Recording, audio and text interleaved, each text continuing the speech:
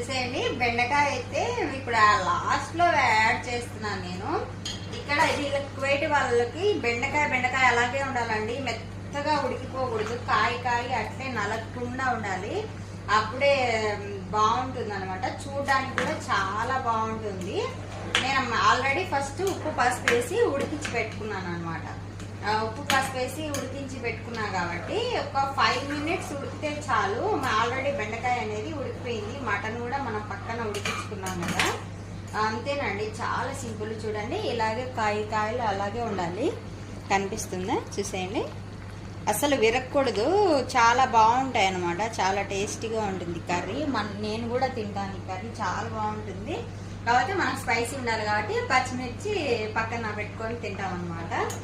చాలా టేస్టీగా ఉంటుంది. ఒకసారి ట్రై చేయండి. ఫుల్ వీడియో చూడండి, నా ఛానల్లో పెడతాను. ఓకేనా? Thank you for watching.